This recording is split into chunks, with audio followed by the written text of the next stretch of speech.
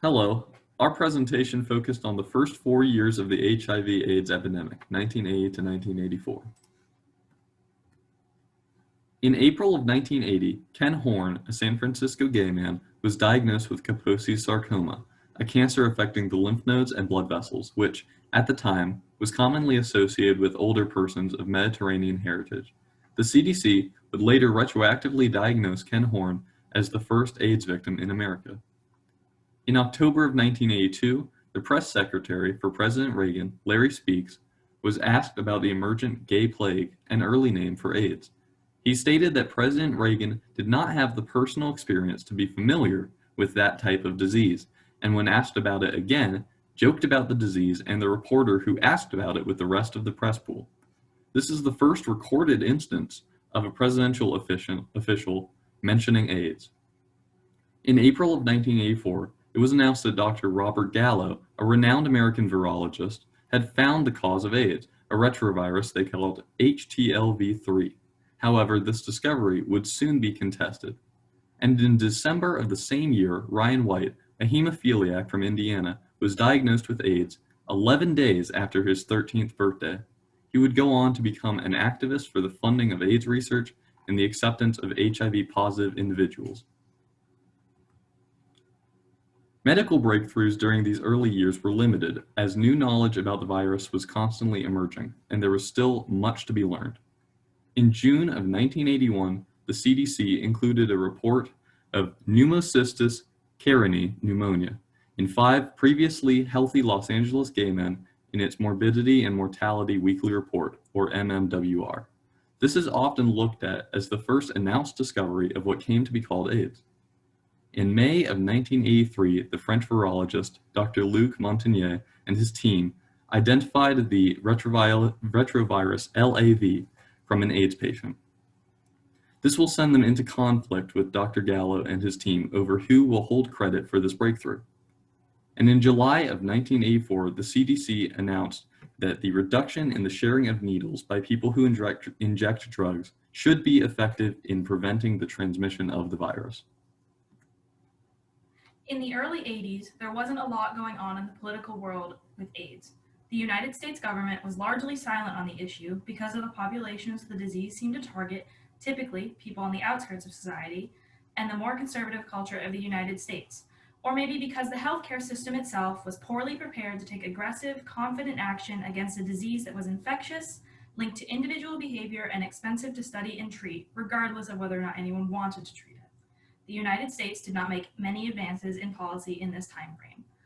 The first United States report on the disease happened in 1981 in a bulletin on perplexing diseases in the Morbidity and Mortality Weekly Report. By 1982, the gay men's health crisis organized in the face of government silence and inaction. Despite calls to action, it wasn't until 1984 that the Health and Human Services Director, Margaret Heckler, announced the discovery of the virus that caused AIDS. She also forecast a vaccine by 1986. Later that year, the first public policy in the United States came around, but it was not on a federal or even state level. In October of 1984, the San Francisco public health officials ordered the bathhouses closed. Other parts of the world began pushing policy in 1984 as well. The Netherlands introduced the first government-approved needle exchanges in the world, and Project CETA was established by the United States CDC, Zaire, and Belgium to study AIDS in Central Africa. In the early days of the epidemic, AIDS wasn't a disease widely represented in the public eye. There wasn't very much confirmed information on how it spread and who it affected, and therefore it was left behind in popular culture and news outlets. In 1982, 2 gay men living with AIDS in New York, Michael Callan and Richard Berkowitz, put out a pamphlet called How to Have Sex in an Epidemic, in an attempt to spread the message of safe sex as a preventative method against infection. In 1983, Larry Kramer appeared on NBC's Today Show to talk about HIV and AIDS. He asked the host if she could imagine what it must be like if you had lost 20 of your friends in the last 18 months.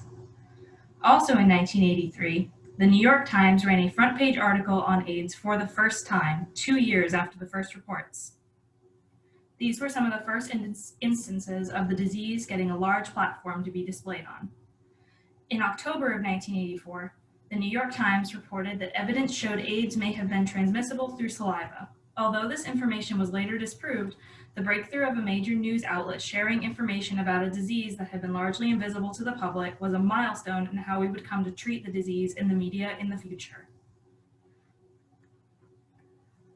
Because this presentation covers the early years of the AIDS epidemic, the statistical analyses of the virus, its spread, and its effects are relatively limited when compared to later decades.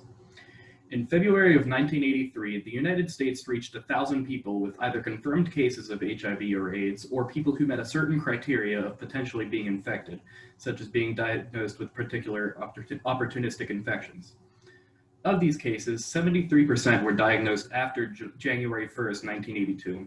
And out of these first 1,000 cases, 284 were diagnosed with Kaposi's sarcoma, 497 had pneumocystis carinii pneumonia, 83 had both, 136 had other opportunistic infections. Overall, the mortality of the first 1,000 cases was around 39%, and cases were reported in 32 states and Washington, D.C. Also in 1983, HIV and AIDS was reported in 33 countries, including the United States, South Africa, Haiti, Uganda, France, and others. By 1984, there were roughly 297,000 people living with HIV and AIDS globally. This slide is just an overall timeline of the most important events on this PowerPoint. Starting off in April of 1980, Ken Horn was diagnosed as the first HIV and AIDS case in the United States, being infected with an opportunistic infection called Kaposi's sarcoma. This marks the beginning of the AIDS epidemic in the United States. On June 5th, 1981, there was a weekly medical journal called the Morbidity and Mortality Weekly Report that mentioned that previously 5 healthy Los Angeles homosexual men were diagnosed with PCP, providing one of the first documented reports of the spread of the virus.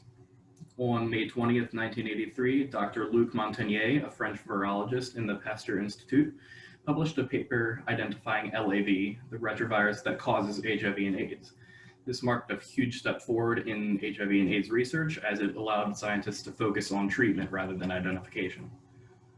From November 22nd to the 25th of 1983, the World Health Organization held their first global meeting after 33 countries reported the virus. Also in 1983, the New York Times published a front page article of the HIV and AIDS crisis, marking the first front page coverage of the crisis. And finally, on December 17th, 1984, Ryan White was diagnosed with AIDS. He was one of the first children and one of the first hemophiliacs in general diagnosed with AIDS, and he went on to be a figurehead for the AIDS epidemic. We hope that you have enjoyed our presentation, and in case you're interested in further resources from which we drew much of our information, here are our final slides showing those works which we cited. Thank you very much for your time.